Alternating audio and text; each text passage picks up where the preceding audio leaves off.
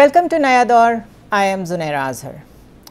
आज ये जो एक ख़बर मेरे सामने है, ख़ावर मानिका के घरेलू मुलाजिम के बयान के हवाले से, I don't even want to discuss it, I don't even want to hear about it. मैं सुनना भी नहीं चाहती, क्योंकि जो तफसीलात शर्मनाक सुन ली उसके बाद ये एहसास हुआ कि ऐसे मवाद से भी दूर रहना चाहिए जो इस कदर कीचड़ उछाले किसी के ऊपर भी, चाहे वो कोई भी हो। और हम बात करते थे सियासत को ड्राइंग रूम्स से निकालने की, कि ये अंदर बैठ के फ़ैसले करने बंद करें, अंदर बैठ के सियासत करनी बंद करें, बाहर आएँ, लोगों में आएँ, कनेक्ट करें। मेरा स्पेसिफ़िकली यही स्टांस रहता था ज़्यादातर। लेकिन अभी पता चला है कि वो ड्राइंग रूम से तो बाहर आई नहीं सियासत, अलबत्ता चादर और चार दीवारी को ज़रूर उसने पामाल कर दिया है, लोगों के घरों तक पहुंच गई है। और मुझे नहीं मालूम कि मानिका साहब की जो साहबजादियाँ हैं अब वो माशरे में किस तरीके से जिएंगी। जो हमारे लोगों का जजमेंटल होना है, we all know that. Social fabric का पहले ही जो हाल है वो हम सब जानते हैं। वैल्यू सिस्टम हम शिकायत करते हैं बड़ा डिस्टॉर्ट हो गया है, तलाक़ें बहुत हो रही हैं, नौजवान नस्ल घर नहीं बसाना चाहती, बेशुमार ऐसी बातें शिकायतें हम सुनते रहते हैं। लेकिन जब आपकी सियासत महवर हो इस सब गलाजत का, तो फिर आप ही ज़िम्मेदार हैं। मैं सियासतदानों से मुखातिब हूँ कि फिर आप ही ज़िम्मेदार हैं मुआशरे को यहाँ तक पहुँचाने के लिए, कि आज ख़बरों में भी हमें वही मवाद पढ़ने को मिल रहा है जिसको हम पहले दानिस्ता तौर पे अपनी नज़रों से, अपनी दस्तरस से दूर रखते थे। मैं उस फैमिली की तकलीफ़ का अंदाज़ा नहीं कर सकती जिस फैमिली के एक मेंबर ने अपनी एक्स वाइफ के ऊपर जो बातें कर छोड़ी हैं, जो इल्ज़ाम लगा दिए हैं। सियासत पावर ग्रैब के लिए, पावर पॉलिटिक्स के लिए आप किस हद तक गिर सकते हैं, मेरे ख्याल है ये शायद तारीख़ ही इसका फ़ैसला करेगी कि इससे ज़्यादा गिरावट अल्लाह ना करे हमें देखने को मिले। बिकॉज एवरी टाइम आई से दिस कि this is a new law और हम उम्मीद करते हैं हम इससे नीचे नहीं जाएंगे, हम एक और मिसाल कायम कर छोड़ते हैं, हम कहीं नहीं रुक रहे। तो मैं इस पे इससे ज़्यादा मलिक साहब बात नहीं कर सकती। ये जो हुआ है जितना कंडेम किया जाए कम है। किसी की इज़्ज़त को यूं सरे बाज़ार तार तार करना और उसके ऊपर टेलीविज़न स्क्रीन्स का नशर करना, उसको किस तरफ जा रहे हैं हम। देखिए ज़ुनैरा, अगर आपको याद हो, ये आपको जाना पड़ेगा मानिका के इंटरव्यू पे, और मैंने दबे लफ्ज़ों में आपको बता दिया था कि ये प्लान क्या। प्लान एक्चुअली ये है कि लड़ाई अनफॉर्चुनेटली पॉलिटिकल है। और मैं बार बार एक बात आप कह रहा हूँ कि हमारा जिस तरह का मुल्क है, जिस तरह का सिस्टम है, जब आप रियासत से टकराएंगे तो रियासत आपको कानूनी तौर पे भी पकड़ेगी, सियासी तौर पे भी पकड़ेगी, करैक्टर पे भी पकड़ेगी, अखलाकी तौर पे भी आप वीकनेस नहीं दे सकते। तो मैंने आपसे एक बात छोटी सी उस दिन ये कही थी कि ये इंटरव्यू नहीं है, इसके पीछे पूरा प्लान है। और आज बिल्कुल वो पत्ते खुल के सामने आएंगे। वो क्या है? वो ये था कि एक शख्स है, उसका एक इमेज अच्छा बुरा, ये हमारा काम तो नहीं, हम तो यहाँ पे एनालिसिस कर रहे हैं। इमेज ये है कि आपकी सुप्रीम कोर्ट ने कहा है कि जो एक्स चेयरमैन है पीटीए के, वो सादुकुल अमीन है। फिर उन्होंने खुद इस चीज़ का क्लेम किया कि मैं रियासत मदीना का एक दागी हूँ, मेरे अंदर इस्लाम है, हमने मुसलमान, उनके हाथ में तस्बीह थी। तो ये सारा जो प्लान है ना, उस अखलाकी इमेज को तार तार करने का प्लान है। मैं इससे ज़्यादा आपको नहीं और कुछ कह सकता। लेकिन ये प्लान, इस प्लान का जो इम्पैक्ट आएगा, ये अब हम इससे एक स्टेप आगे ही जाएंगे। ये तो हमेशा यही हुआ है ना, आप एक लेवल जब क्रॉस कर लेते हैं उसके बाद उससे आगे ही जाया जाता है, चीज़ें रिवर्स तो नहीं होती। तो मतलब क्या अब हमें PG-16, PG-18 जो है वो अपने न्यूज़ चैनल्स पे भी चलाना पड़ेगा कि ख़बरें देखते हुए भी मोहतात रहें?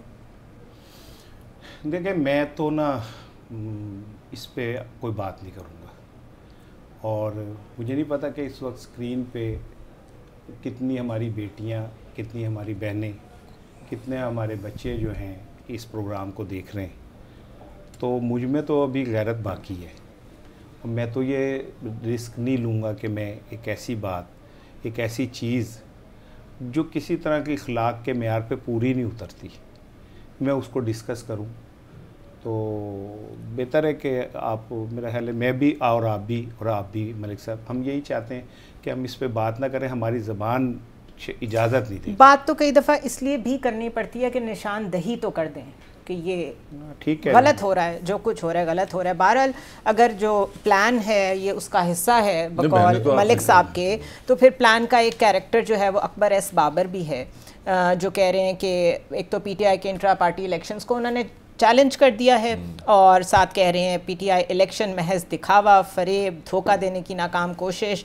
मुझे ये समझ नहीं आ रही कि इंट्रा पार्टी इलेक्शन इतने इंपॉर्टेंट कब से हो गए। नंबर 1 हमारी सियासत में हम तो सीधे सीधे से लोग हैं, हमें पता है एक जरदारी है जो सब पे भारी है, एक नवाज शरीफ है और तीसरा एक था जिसके साथ ये कुछ हो रहा है।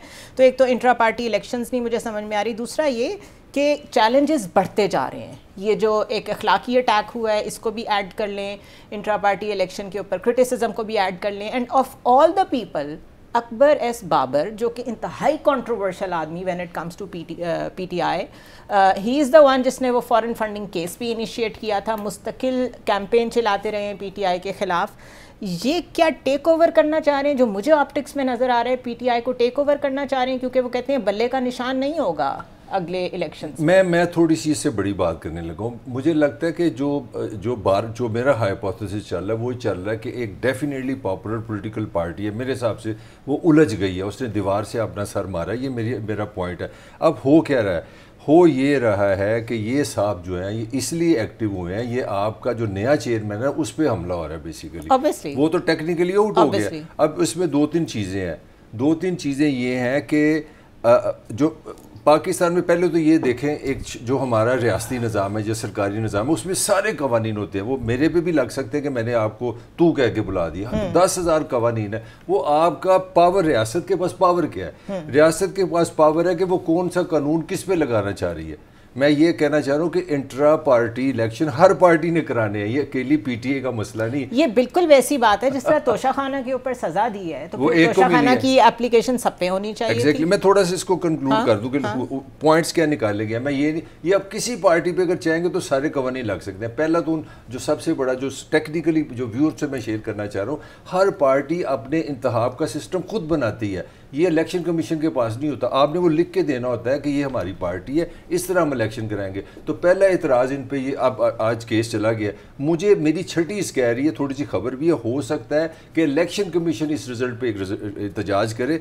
वो कहेंगे जनाब वो तो पुराना चेयरमैन तो चला गया ना, ये नया चेयरमैन भी गया, वो किस तरह जाएगा? हो सकता है कि ऐसा होगा, मोस्ट प्रोबेबली हो सकता है। देखे ना फैसला महफूज किया है, उसी भी को साइंस होगी ना। अब हालांकि उस फैसले के महफूज होने की भी कोई बेस नहीं बनती। उन्होंने अपने आप को हटा लिया चेयरमैनशिप से, दूसरा चेयरमैन आ गया, वो केस सेटिसाइड हो जाना चाहिए। हो गया। महफूज के साथ 3 बम क्या चलाया गया। पहला बम ये चलाया जा रहा है कि जनाब हमें ये टाइम ही नहीं दिया गया। हमने एक असूल बनाया था, बाबर का ये कहना कि जब हमने पार्टी बनाई थी तो हमने असूल ये बनाया था कोई बंदा 2-3 साल 6 साल से ज़्यादा चेयरमैन नहीं रह सकता। तो ये वायलेशन हमने खुद कर दिया, ये अटैक उसने किया पहला।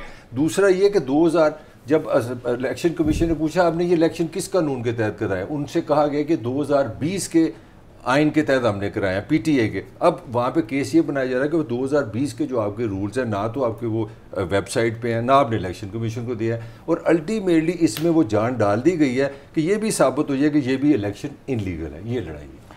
अच्छा, तो इसका मतलब है कि जो पहले एक सोच थी कि एक बिल्कुल न्यूट्रल नॉन कंट्रोवर्शियल आदमी को अपनी जगह जानशीन एक तरीके से चेयरमैन पीटीआई ने बनाया, एक्स चेयरमैन रादर, और उसके बाद अब जो उनकी टीम की ऑर्गेनाइजेशन है वो ऐसी है कि वो समझते हैं जिसको हमारे चेयरमैन ने, एक्स चेयरमैन ने नॉमिनेट कर दिया, हम उसको फॉलो करेंगे, हम उसे सपोर्ट करेंगे, तो लेट्स मूव ऑन, अब टिकट्स की बात होगी। लेकिन एक ये अखलाकी अटैक्स जो हो रहे हैं और वो बड़ा सीरियस केस बनता जा रहा है जो गैर शरई शादी कह रहे हैं उसको एलिजिडली, और साथ साथ इंट्रा पार्टी इलेक्शंस ही गलत हुए। एक नया बंदा आ गया जो फाउंडिंग फादर्स में से था पीटीआई के, लेकिन कंट्रोवर्शियल है, लेकिन वो इस वक्त हमें फोर फ्रंट पे नज़र आ रहा है। उसको डिफेंड करने के लिए इस वक्त पीटीआई का कोई बंदा मौजूद नहीं है। आप कैसे देख रहे हैं इसको? देखें, जो कुछ भी हम सामने देख रहे हैं उसका सिर्फ एक ही मकसद है कि इन इलेक्शन के अंदर इमरान खान नहीं होगा, पीटीआई नहीं होगी। चले ऐसे कह लें, क्योंकि वो तो ऑलरेडी नहीं है। हाँ, हम नाम कासिम के अब्बा तो ऑलरेडी नहीं है, वही ना हम उसका, लेकिन अब पीटीआई भी मुझे नज़र नहीं आ रही, क्योंकि ये जो उनका कहना है ना कि पाकिस्तान तहरीक इंसाफ और बल्ले का निशान दाव पे लगा हुआ है, वो अब निशान की तरफ जा रहे हैं। वो अब पता नहीं पार्लियामेंटेरियंस के नाम से कोई पार्टी बना लें, बल्ले का निशान खुद ले लें, तो पीटीआई क्या कर लेगी? एक तो जब हम इमरान खान का नाम लेते हुए हम फिर कहते आप नाम ले रहे हैं। हाँ, अच्छा, अहमद पेमरा ने आज ही एक नोटिस मैं एहतराम करता हूँ। अहमद फराज का एक शेर मैं आपको सुनाता हूँ। वो कहता है अब तेरे जिक्र पे हम बात बदल लेते हैं, अब तेरे जिक्र पे हम बात बदल लेते हैं, कितनी रग़बत थी तेरे नाम से पहले पहले। तो मैं एक डिस्क्लेमर दे दूं, बहुत सारे लोग जब मैं आपको टोकती हूँ ना कि आप नाम ले रहे हैं, वो समझते हैं कि मुझे कोई पर्सनल मसला है उनके नाम लेने से। मैं ये वजाहत कर दूं कि पेमरा की तरफ से हमें ऑर्डर्स हैं कि हम उनका नाम नहीं ले सकते। जी मुझे ये बताएं, चल छोड़ें, अभी मैं उस पर तो बात ही नहीं करूँगा, मैं पहले पेमरा पे बात करता हूँ। क्या हमें ये बताया जा सकता है कि हमने सुबह उठ के कौन सा लफ्ज़ बोलना है, कौन सा नहीं बोलना, बताया जा सकता है। पाकिस्तान में रहते हैं आप। क्या हमें किस मौजू पे बात करनी है, किस पे नहीं करनी है, ठीक है।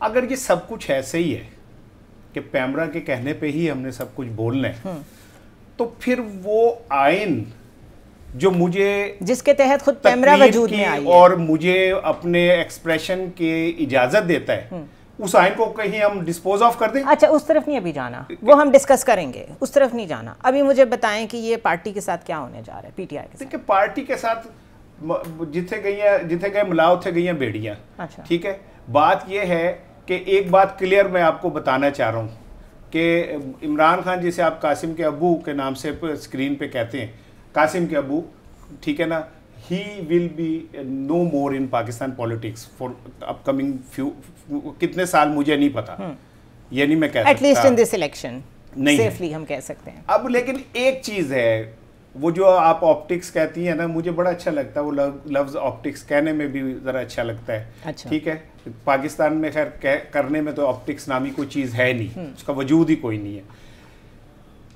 जब मौलाना फजलुर रहमान ने अभी इलेक्शन कराए थे अपने, और 10 बंदे कमरे में बैठे थे और 10 कमरों में बंदों ने कहा था कि आप अगले 5 साल के लिए अमीर हैं, बिला मुकाबला, बिला मुकाबला। जनरल सेक्रेटरी आप हैं, हैदरी साहब थे कि वो आप हैं। मुस्लिम लीग नून ने जो इंतखाबात कराए थे, जिसमें चूंकि बड़ा भाई बाहर था तो छोटा भाई जो था उसने कहा भाई मैं सदर हूँ, ठीक है। वहाँ पे कितने इंतखाबी जो आज लोगों के पेटों में दर्द हो रही है, ठीक है ना, वो कहते हैं छाछ तो बोले सो बोले, छलनी भी बोले। वो लोग जो सारी जिंदगी बिला मुकाबला इंतखाबात के ऊपर अपनी जिंदगियां गुजार देते हैं, ठीक है, वो लोग जिनको एक जाली वसीयतनामे पे चेयरमैन बना दिया जाता है और फिर वो पार्टियों के चेयरमैन बन के कब्जा करके बैठ जाते हैं, वो भी आज पीटीआई के इंतखाबात के ऊपर उंगलियां उठाएंगे, क्योंकि वो भी ये कहेंगे कि ये यूं नहीं हुआ। इससे एक बात साबित होती है कि पीटीआई ही असल ताकत है पॉलिटिकल। जो सब जमातों के पेट में दर्द हो रहा है ना, वो इसलिए हो रहा है कि अगर ये बच गए तो हम कहा कैसे बचेंगे, ठीक है ना, हमारी सर्वाइवल कैसे होगी। तो अगर आपने इस तरह ही सर्वाइवल करनी है और पीटीआई इंतखाबात कराए, तो उसमें आपको आइन और कानून और इलेक्शन कमीशन, मैं समझता हूं कि पाकिस्तान की तारीख का बदतरीन इलेक्शन कमीशन है। इससे बदतरीन इलेक्शन कमीशन मैंने अपनी पूरी लाइफ में नहीं देखा। जो लग रहा है कि मुस्लिम लीग नून का मीडिया सेल है, जो लग रहा है कि मुस्लिम लीग नून की इलेक्शन कैंपेन कर रहा है, ठीक है, उसे एक जमात की तकलीफ है ना। उसने पूछा, एक मिनट प्लीज, जो एक जुमला ना, उसने पूछा मुस्लिम लीग नून से जो स्टैंडर्ड आज पीटीआई के लिए आप तय कर रहे हो, क्या मुस्लिम लीग नून पे पूरे किए, फजलुर रहमान पे पूरे किए, पीपल्स पार्टी पे पूरे किए, एएनपी पे पूरे किए, एमकेएम के ऊपर पूरे किए, तो सब पीटीआई पे करने। और अगर कोई शख्स पीटीआई की बात करता है तो इसका मतलब ये नहीं है कि वो पीटीआई का तर्जुमान है। मैं जमहूरियत की बात कर रहा हूं, इस पाकिस्तान की, जिसके अंदर सबको हिस्सा मिलना चाहिए। और अगर आप ये नहीं मानते तो फिर फाड़ दें ये सारी चीजें, आइन को फाड़ के फेंक दें, फिर कह दें कि इस आइन की कोई हैसियत नहीं है।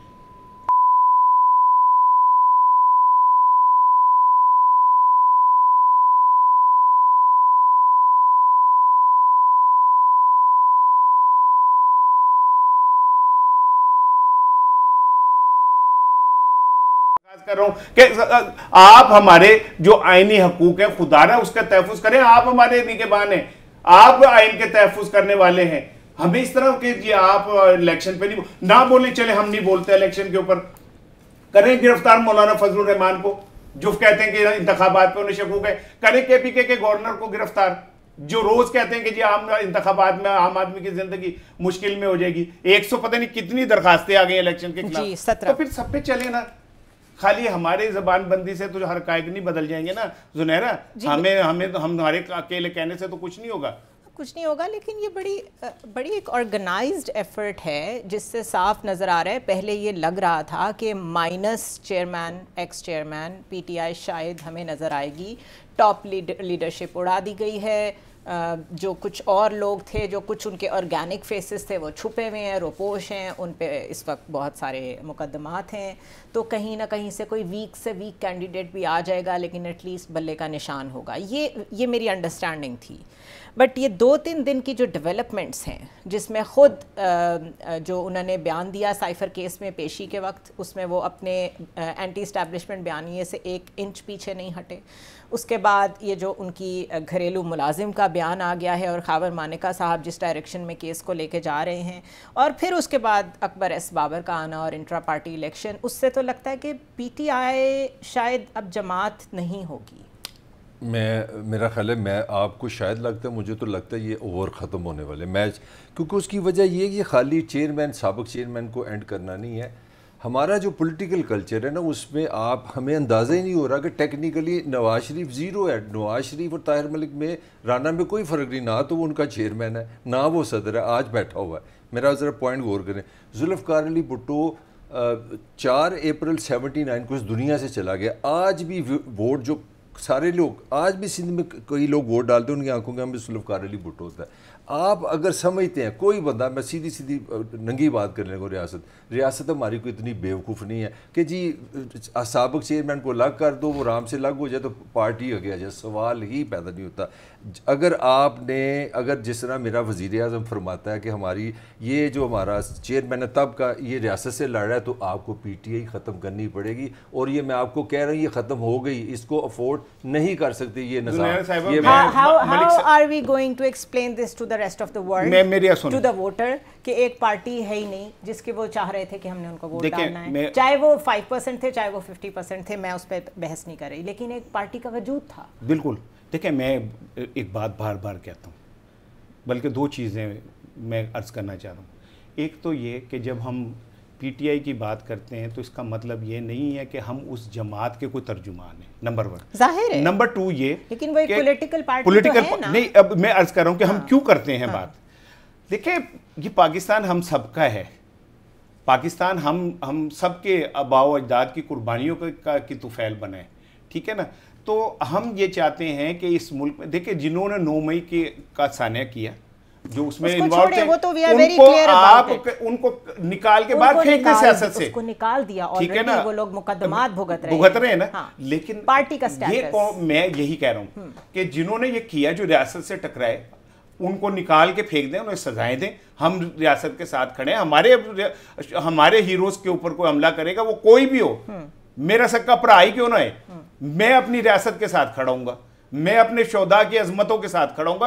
उनके खून के चिरागों से इस अमन का चिराग रोशनी है ना। लेकिन आप, इसका मतलब ये नहीं है कि हम जमहूरियत को बिल्कुल ख़त्म कर दें।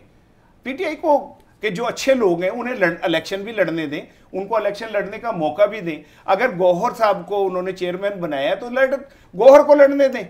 अब ये अकबर एस अहमद जो हैं, बाबर एस अहमद, मुझे तो नाम भी उस बंदे का याद नहीं है, क्या हैसियत औकात है उसकी, कहां से अब सुन लेना क्या है, उसको उसके साथ के घर वाला नहीं जानता, ठीक है।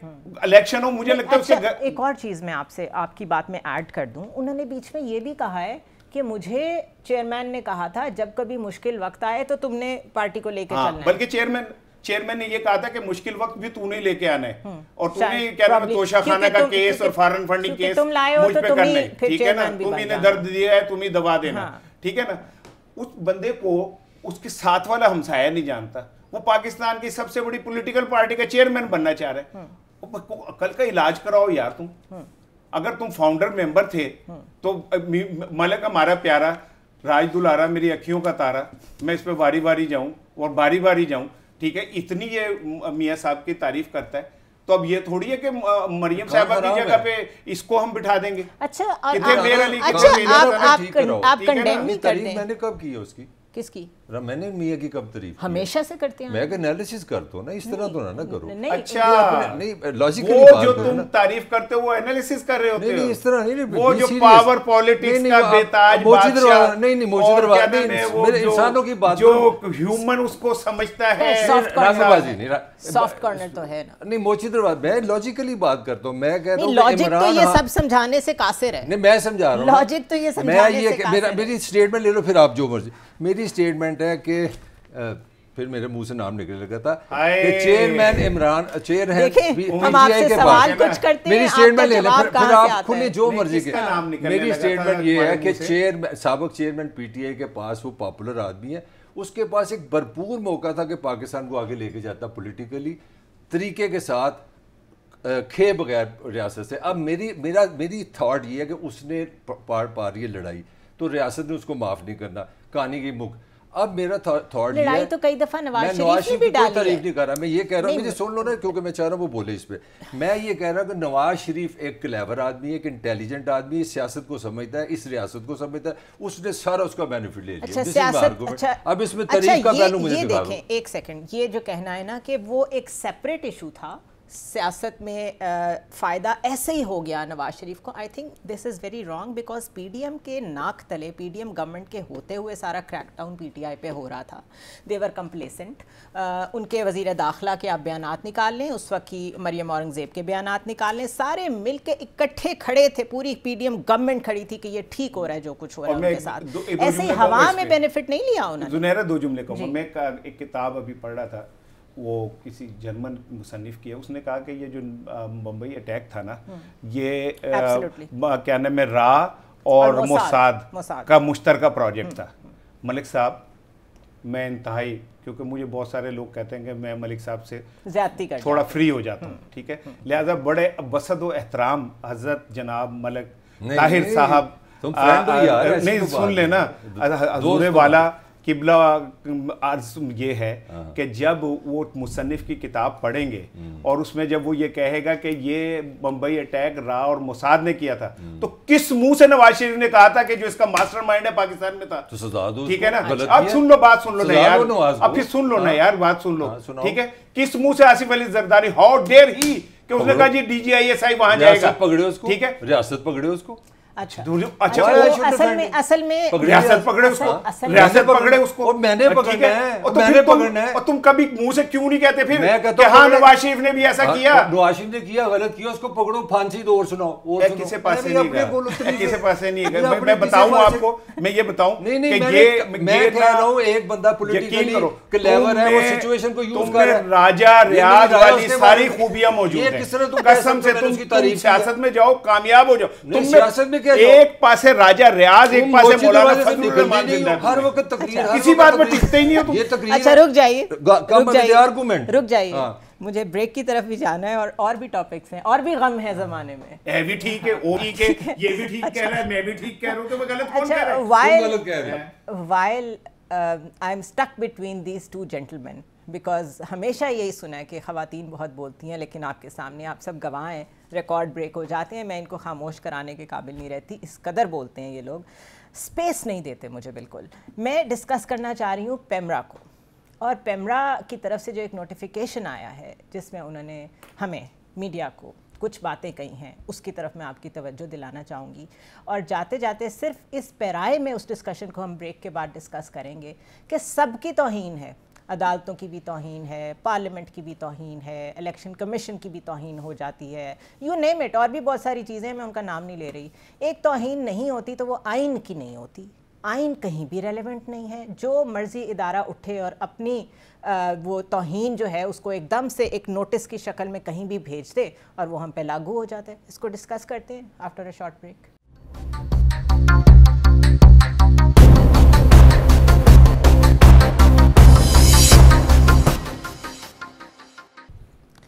Welcome back to the show once again. Election commission की जानिब से 6 दिसंबर को कुछ दरख्वास्तें सुने जाने का इम्कान है, और कहा यह जा रहा है कि आम इंतखाबात 2024 को मुलतवी कराने के लिए तकरीबन कोई 17 दरख्वास्तें मुख्तलिफ़ अदालतों में जा चुकी हैं। इसके अलावा रोज़ की बुनियाद पर GDA, MQM, इस्तेहकाम पाकिस्तान पार्टी, बिलावल भुट्टो, आसिफ अली जरदारी इस तरह की बातें बार बार कर रहे हैं, जिससे बार बार अभाम पैदा होता है इस इम्प्रेशन में कि पता नहीं इलेक्शंस होने भी हैं कि नहीं होने। यहाँ तक कि ये सारे सियासी लीडरान फजलुर रहमान समेत सिलेक्शन का राग भी अलाप रहे हैं, which is a direct attack on the credibility of the election commission. लेकिन पेमरा को लगता है कि जो डिरेल अगर कभी हुए इलेक्शंस तो उसका सारा जो इल्ज़ाम है वो हम जर्नलिस्ट के ऊपर डालेंगे। ये चैनल्स हैं असल में जो अभाम क्रिएट करते हैं। तो मैं आपको पेमरा के अल्फाज बता देती हूँ जो उन्होंने हमें डायरेक्टिव्स भेजे, और ये हमें अक्सर भेजते रहते हैं, जिसकी कदगन हम पे लगती है तो फिर आप हमसे नाराज़ होते हैं कि शायद हम अपनी मर्ज़ी से कुछ कर रहे हैं, लेकिन हम भी काफ़ी अंडर प्रेशर काम करते हैं एज अ जर्नलिस्ट। उन्होंने ये कहा है कि 3 नवंबर को हमने स्ट्रिक्टली कहा था कि पेमरा कोड ऑफ कंडक्ट को कंप्लाई करें सारे जर्नलिस्ट, टीवी चैनल्स वगैरह, और उन्होंने कहा था कि कोई डाउटफुल, स्पेकुलेटिव, false information या content with reference to electoral process or conduct of the general election should not be aired, broadcasted or televised in any manner, strictly prohibited, however, whatsoever, which may subsequently hamper smooth conduct of the general elections। तो ये हमारे तज्ज़िये हैं, ये हमारा बोलना है जो सबसे बड़ी रुकावट है इलेक्शन 2024 में, ये पेमरा कह रहे हैं। इसलिए आप अपनी स्पेकुलेशंस, अपने एनालिसिस अपने पास रखें। इसके अलावा वो ये कह रहे हैं कि इट इज़ रिटरेटेड, हम दोबारा जोर दे रहे हैं इस चीज़ पे, that all the licences while airing their transmission prior to general election 2024 must be mindful of the fact that no such content, discussion or comment is aired which may create doubts in an impression in the minds of the general public with regard to conduct of general election 2024 or may sabotage elections through any negative, false news, information or reported aired on the satellite TV channel। अब बात यह है कि अगर हमने election के दिनों में इलेक्शंस पे ही बात नहीं करनी तो क्या हम फिर अदाकाराओं की शादियों पे बात करना शुरू कर दें, या कौन सी नई फिल्म रिलीज़ हो रही है उस पर बात करना शुरू कर दें? इलेक्शंस के टाइम में इलेक्शंस पे ही बात होगी। और अगर ये हम नहीं कर सकते तो इसके बाद जो बेसिक फंडामेंटल राइट्स हैं, इम्प्रेशन आप अपना दे सकते हैं, ओपिनियन अपना दे सकते हैं, you have a right to inform the public, educate the public, ये सब कहाँ जाएगा? तो ये पेमरा की भी तौहीन हो जाएगी। हो सकता है कल आप मैं प्रोग्राम ना कर सकें। मुझे तो पेमरा के अंदर ना एक बड़ी तगड़ी बेगम नज़र आती है, और पेमरा ने तो हमें प्रोग्राम में भी वही आसानियाँ दे दी जो घर में है, कि हम घर पे भी खुल के बात नहीं कर सकते, यहाँ पे भी नहीं कर सकते। खैर मेरे मौजूदगी में तो आप बहुत खुल के बात नहीं, आपको फ़ख्र होना चाहिए कि ख़वातीन का इतना कंट्रोल है। लेकिन मैंने 2-3 छोटे छोटे मासूमाना सवाल थे, मैंने कहा मैं आपके तवस्सुत से पेमरा को तक पहुँचा दूँ। नहीं, आप डायरेक्ट कि क्या पेमरा ने जो मियाँ नवाज शरीफ साहब और मरियम साहिबा के ऊपर पाबंदी लगाई थी स्क्रीन पे आने की, और नोटिफिकेशन भी जारी किया था, तो क्या वो वापस ले लिया है कि या नहीं लिया है? अब हमने उस पर अमल करना है या नहीं करना, क्योंकि नोटिफिकेशन तो वापस नहीं हुआ, जिसमें इन्होंने हमें कहा था कि आपने नवाज शरीफ साहब का नाम नहीं लेना और उन्हें जिक्र नहीं करना, और मरियम साहिबा का। तो मुझे नहीं पता कि वो नोटिफिकेशन वापस हुआ है या नहीं हुआ है। तो ये मेरे लिए बड़ा एक वो था। फिर हमारे एक दोस्त हैं अफसार आलम साहब, वो साबिक चेयरमैन पेमरा रहे हैं। वो जो कुछ भी मैं उनके साथ समय पे प्रोग्राम करता था तो उसमें वो बताते थे कि मैं जब चेयरमैन पेमरा था तो मेरे साथ क्या होता था। तो मुझे उनकी बातों पे यकीन सा थोड़ा आता भी था, नहीं भी आता था, क्योंकि वैसे तो बहुत अच्छे इंसान हैं। तो आज मुझे ऐसा लग रहा है कि जो पेमरा है वो वाकई बेचारे इतना ललियां दा बाल है कि वो बस यही कर सकता है। गरीब की जोरू सबकी भारी, हम पे वो रोब डाल सकता है, हम पे वो सारा कुछ कर सकता है। लेकिन मुझे एक बात बताएं कि ये जो अब हमें कहा गया है कि जी आपने लेवल प्लेइंग फील्ड पे भी बात नहीं करनी, तो मुझे लग रहा है थोड़े दिनों बाद ये कहीं ना कह दें कि आपने एवन फील्ड के ऊपर भी बात नहीं करनी। ठीक है ना, वो तो बात ही खत्म हो रही है। तो हाँ जी, फिर करनी क्या है बात? फिर मुझे लगता है कि क्या करें। तो मैंने तो कुछ गाने शाने भी तैयार कर लिए हैं, कुछ कवालियाँ भी कर ली हैं कि भाई मैं तो किसी मज़ार पे जाके बैठ जाऊंगा, को कवालियाँ करूंगा, मलक मेरे पीछे बैठेगा, वो लिखा होता है ना जो कव्वाल भूलते हैं तो वो पीछे एक दो होता है जो उनके कान में कहता है ये कहना है, तो मलक मेरे पीछे बैठ जाएगा, ठीक है ना, मलक वो बताएगा। खान साहब से दोस्ती का कुछ तो फायदा तो होगा ना। और पार्ट टाइम मलिक साहब आपको जरा एक्टिव होना पड़ेगा, क्योंकि जो वेल आएगी वो भी आपने मेरे ऊपर से छलांग मार के ना उसे पकड़ना है ना, ठीक है ना, ये मुंह और मसूर की दाल नो ना। तो मैं इसलिए कह रहा हूँ कि हमें तो चले, फिर हम ये कहते, मैं ये कर देता हूँ कि कव्वालियां शुरू कर, क्योंकि जब हमें बोलने ही नहीं देना, ठीक है, तो हम तो मुझे ये बता मुझे ये बता दें सुनहरा एक कि हम तो फैज अहमद फैज भी नहीं है, जो उन्होंने कहा था कि मताए लो कलम छिन गई तो क्या गम है, कि खून दिल में डुबो ली हैं उंगलियां मैंने, तो हम तो भाई खून दिल में उंगलियां भी नहीं डुबो सकते, फिर हम कर क्या सकते हैं, मुझे ये बताएं हम क्या करें, क्या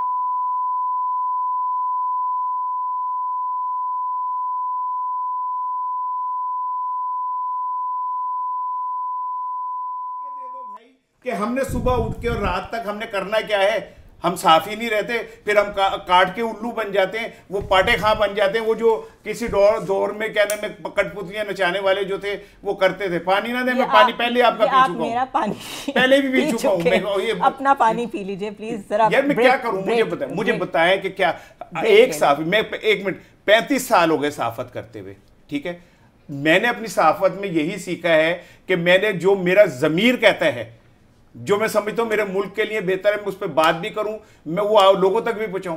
अब आप मुझे कह रहे हो कि आपने लेवल प्लेइंग फील्ड पे भी बात नहीं करनी, वो तो आज मौलाना फजलुर रहमान ने भी कह दिया। अच्छा, लोगों ने ना अपने बच्चों का नाम ज़मीर रखना बंद कर दिया है, इतना वो प्रेशर में आए हैं इस वर्ड की वजह से, इसके यूज़ की वजह से और इसकी इंटरप्रिटेशंस की वजह से कि उन्होंने कहा बस ये नाम ही ना रखो। अच्छा, अब जो पैमरा डायरेक्ट अटैक कर रही है जर्नलिस्ट पे, चैनल ओनर्स पे, ये तो कहते हैं it is like shooting the messenger, हम तो सिर्फ मैसेंजर्स हैं, हमने सिर्फ इंफॉर्मेशन आगे पहुंचानी होती है, उस पर अपनी डिस्कशन एनालिसिस देना होता है। अब अगर आपने मैसेंजर को ही फैसला कर लिया है कि इसको भी नहीं बोलने देना, तो वो जो एक कनेक्शन है between the system and the people, जो कि पहले ही इतना डिसकनेक्टेड है, उसका कोई और फिर चैनल इन्होंने दरियाफ्त किया है जिसके ज़रिए से वो कायम रहेगा। लोगों के बुनियादी हकूक़ पहले ही जो इतने पामाल हैं, वो अभी हम डिस्कस करेंगे कि कितने अरब का लोगों के साथ ज़्यादती हुई है, उनको जो बिल्स भेज दिए गए हैं। तो ये अगर यही कुछ डीसी है तो वो उठता है 144 लगा देता है जिस पे मर्जी, आप बोल नहीं सकते, यहाँ इकट्ठे नहीं हो सकते, तो फिर क्या करें, फिर और क्या करें? ईमानदारी से डेफिनेटली मैं राना से 100% नहीं 200% एग्री कर रहा हूँ कि फिर हम सिट्टे बेचें, मतलब गर्म अंडे बेचें, क्या करें, सब्जियां बेचें, बच्चों को गोली मार दें, क्या करें, मतलब पूरा प्रोफेशन है मेरा। हाल अगर बड़ी डिटेल जाए को मेरा हज़ारों अखबार हैं, सैकड़ों चैनल है, मतलब कोई इंसानी बात होनी चाहिए, असल तो बात आवाज़ भी गरम अंडे कहते हुए इतनी अच्छी लगेगी, तो तेरा तो साथ तेरह भी रखागा, तो फिक्र ना कर। अच्छा, अब जो पॉइंट है जो मैं आना चाह रहा हूँ इस पे, रियासत पे, अच्छा, जो डेमोक्रेटिक स्टेट होती है, आप ये बता दें, आपने ये सारा सुना है, इसमें वो कह रहे हैं मिस इन्फॉर्मेशन, मैं उस पर डिस इन्फॉर्मेशन, कौन डिसाइड करेगा? मैं बताने, देखें, जब आप डेमोक्रेसी की बात करते हैं, माशाल्लाह आप दोनों पढ़े लिखे हैं, उसमें होता है right to know, right to know citizen का राइट है, जो मैं एज ए जर्नलिस्ट इस्तेमाल करता हूँ। मुझे मेरी इस्लामाबाद की, मैं छोटी सी आपको एग्जांपल देता हूँ, मुझे मतलब हंसी आ रही है, रोना आ रहा है कि पैमरा की ये आंखें नहीं, ये हम पागल हो गए हैं कि आपकी इस्लामाबाद हाई कोर्ट ने एक फ़ैसला दिया कि एक साबिक चेयरमैन, एक तो वो मसला के नाम ना निकल जाए मुँह से, ये हमारी औकात है कि हम नाम ही नहीं ले सकते, उसने कहा जी कि अगली जो आपकी समात होगी ना, वो जुडिशल अपना अदालत में होगी, आपकी जेल में नहीं होगी। राइट टू नो किसका है? मेरा। स्टेट का काम है, महकमों का काम है हमें बता दे, हमें लिख के दे दे कि जनाब हम बदमाश हैं, हम रियासत है, हम इसको नहीं ले गए। वो जेलर साहब हमें बता दे। मेरा सवाल आपसे ये है कि जब मैं as a journalist, as a citizen पढ़ता हूँ कि वो कहता है कि 90 दिन में इलेक्शन होगा, मुझे रियासत बता दे जी जा चुकी, हमने नहीं मानते 90 दिन में इलेक्शन नहीं कराना। अब अगर मैं ये कह देता हूँ कि मुझे शक है कि वो इसको पेश नहीं करेंगे तो मिस इन्फॉर्मेशन होगी। मेरा पॉइंट समझ नहीं। तो मैं असल में ये इल्ज़ाम लगाना चाह रहा हूँ पैमरा पे, इस निज़ाम पे कि राइट टू नो पहले मुझे दो, पहले मुझे सच बताओ, फिर मुझे, मैं तो मैसेंजर हूँ, मैंने इन्फॉर्मेशन कहाँ से लेनी है? अब मुझे कोई बताया कि अगर पंजाब हुकूमत ने कोई फैसला कर लिया कि ये सड़क उन्होंने तोड़नी है या बनानी है, तो मैं कहाँ से, मुझे राइट टू नो तो दो। तो राइट टू नो दे नहीं रहे, तो मैं समझता हूँ ये मजाक आपने किया पाकिस्तान के आइन के साथ, पाकिस्तान की जमहूरियत के साथ। ये मेरा बेसिक राइट है। मुझे ये समझ नहीं आ रहा कि चीफ जस्टिस ने भी कहा कि कोई ऐसी कदगन हम लगा देंगे अगर आपने कोई थोड़ी सी भी हिकअप्स क्रिएट की। हाँ ठीक है, अच्छा वो भी एक अनडेमोक्रेटिक बात थी जो उन्होंने की। तो यहाँ ये कौन डिसाइड करेगा कि आइन मुकद्दम है, सबने आइन को फॉलो करना है, या आइन की अपनी मर्जी की डिस्ट्रीब्यूशन? आप बात राना से करें, आइन इज सुपीरियर यार, इस पे बहस नहीं हो सकती। जो हक मुझे आइन दे रहा है वो पेमरा मुझसे कैसे छीन सकती है? किस आइन की आप बात कर रही हैं? ये आइन तो ये कहता है कि इस मुल्क में रहने वाले 24 करोड़ लोग सब बराबर हैं।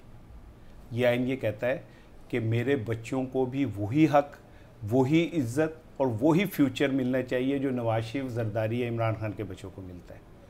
ये आइन कहता है कि इस मुल्क में रहने वाले जितने भी लोग हैं उनको सेहत की, तालीम की, उनके इंसाफ की जो हैं वो उनको दिए जाएंगे। हाँ। ठीक है, तो जब ये आइन की मौजूदगी में और आइन की तशरीह करने वाले जुनैरा साहिबा, जब मेरे बच्चों को, सब एक मिनट मेरी बात जरा गौर से सुनिएगा। आप पेपर की तरफ देखते हैं, मुझे ऐसा लगता है मेरी बात आपने सुन दी है। मेरे कान आपकी। तो मुझे ये बताएं कि मेरे बच्चों को पकड़ा जाता है कि जी आप लाइसेंस नहीं है आपके पास, FIR भी कर दी जाती है। अब एक इसमें भी एक चीज़ बताऊं कि जो FIR कटती हैं वो ज़रा मंगा के मलिक साहब आज आपने देखना है, ये जो बच्चों के साथ जुल्म कर रहे हैं, बच्चों के साथ इस FIR में कहीं ये नहीं लिखा होता कि ये 17 साल की कम उम्र बच्चे हैं। उनके ऊपर दफात कुछ और डाली जाती हैं, ये जिगजैग कर रहे थे, ये व्हीलिंग कर रहे थे, यानी कि आप उन बच्चों के ऊपर वो कानून भी नहीं लगा रहे जिस पे पकड़ रहे हैं। अब आप जरा मेरी बात सुनिएगा, लगा दें, पूरा लाहौर थरथली मच गई। आपके पास सेंटर कितने हैं जिसमें आप लोग जाके अपने वो बना लें? ठीक है, आप अभी जाएं मलिक साहब, अभी इसके बाद हम निकलते हैं, आपको वो कहेंगे कि जी ये टोकन पकड़ें, आपकी बारी सुबह 12 बजे आएगी। आइन जो रियासत है, अब पहले आपको वो चीजें तो दे दे जिसके तहत आप वो कर सकते। Very well said, very well said. ठीक है ना मलिक साहब? Beautiful, beautiful. अब मुझे ये बताएं जुनैर साहब, एक जुमला और लूंगा, सुनिएगा कि आइन अदालत ने क्या कहा कि जनाब छोटी उम्र के बच्चे जो हैं वो ये नहीं चलाएंगे, FIR नहीं हो सकती उन पे, ये अदालत ने अब कहा। सुने, आइन तो ये भी कह रहा है कि जो छोटी उम्र के बच्चे हैं वो कोई काम नहीं करेंगे।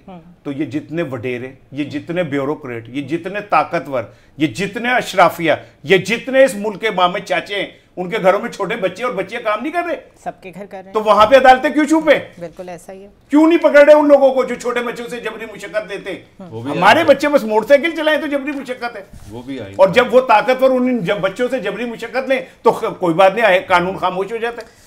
वेल मेरी पेमरा से दरख्वास्त है कि अगर कोई भी मिस इन्फॉर्मेशन या डिसइन्फॉर्मेशन वाकई फैलाता है, मिला करने की कोशिश करता है इलेक्टोरल प्रोसेस को, उसको ज़रूर पकड़ें, लेकिन ये नोटिस सिर्फ चैनल्स को ना भेजें। सारी पॉलिटिकल पार्टीज सियासत की आड़ में ये सब कुछ ऑलरेडी कर रही हैं। They are part of the deal, they rather lead us, क्योंकि उनकी लीड को लेके, उनकी न्यूज़ को लेके हमने डिस्कशन करनी होती है, हमने कोई हवा में से खबर नहीं बनानी होती। एट द सेम टाइम आइन की अगर आपने बात करनी है, ये क्लॉजेस से भरा हुआ नोटिफिकेशन है। मैं वो क्लॉजेस आपके सामने पढ़ूँ तो क्लॉजेस जब नोट कराने पे आ जाते हैं कि आपने ये वायलेशंस की हैं, वो तो आपको बहुत मिलती हैं। कौन कौन से हकूक़ आपने हमें नहीं दिए हुए, उसकी क्लॉजेस के तो वॉल्यूम्स होंगे, उसको भी खोल लें किसी दिन सारे इदारे। चीफ जस्टिस साहब, आपसे मेरी दरख्वास्त है, आपने ऑक्सफोर्ड यूनिवर्सिटी में खिताब किया था, wonderful comments on democratic credentials, बेहतरीन आपने ये इंटरप्रिटेशन की थी कि असल में डेमोक्रेसी कैसी होनी चाहिए, शहरियों के पास क्या होना चाहिए, उसको इम्प्लीमेंट करना शुरू करके दिखा दें। अगर आपके साथ सारे लोग खड़े ना हों तो आप हमें पकड़ लें, फिर आप बंद कर दें सारे channels. But the thing is कि चीज़ें किसी और डायरेक्शन में नज़र आ रही हैं। I will see you after a short break.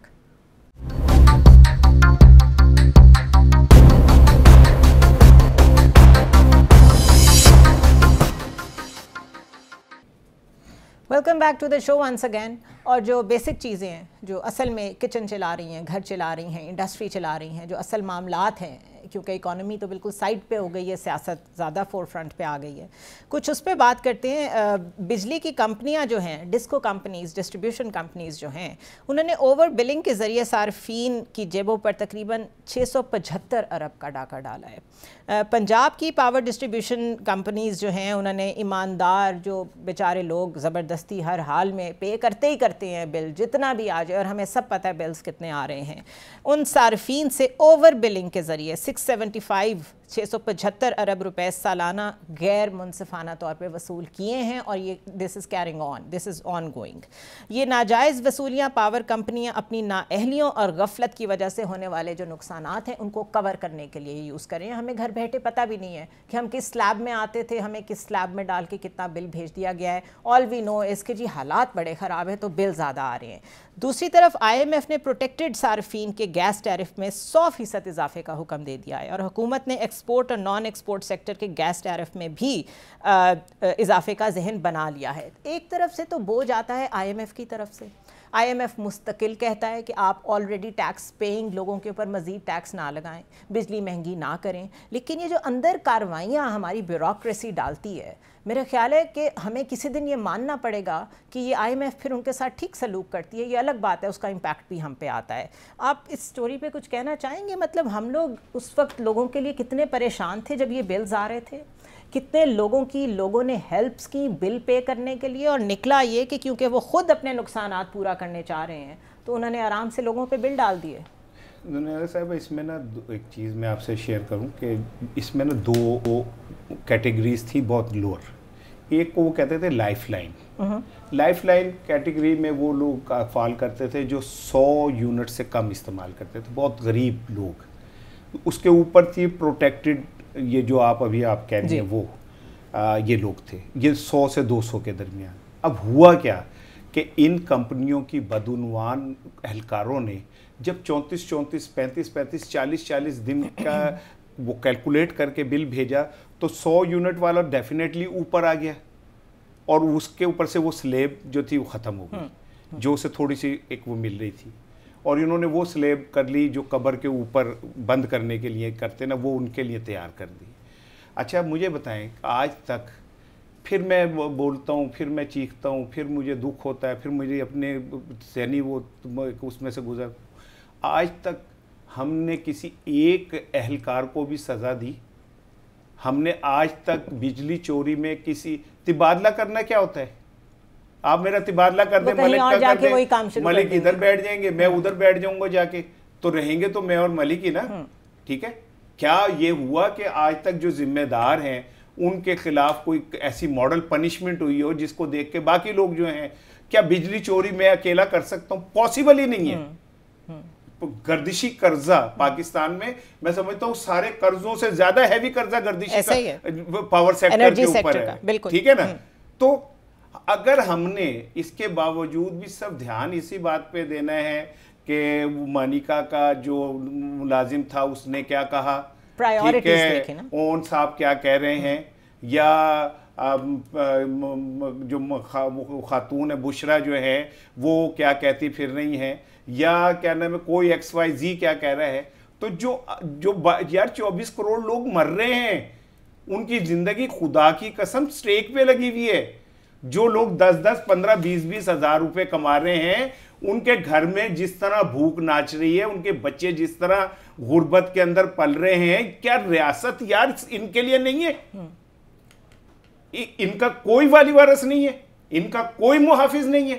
क्या हमारी लड़ाइयां जो अभी आपने कहा था कि हमने तो कोशिश की कि सियासत को ड्राइंग रूम से बाहर निकालें, आप उसे बेडरूम में लेके चले गए। यार इनके ऊपर मिट जाएगी मखलूक तो इंसाफ करोगे। इन मसलों पे आए, ये असल मसले हैं। वही ना जो फैज ने कहा था कि मिट जाएगी मखलूक तो इंसाफ करोगे। मुंसिफ हो तो हश्र उठा क्यों नहीं देते? राइट, ठीक है। कौन जिम्मेदार है इस सब का?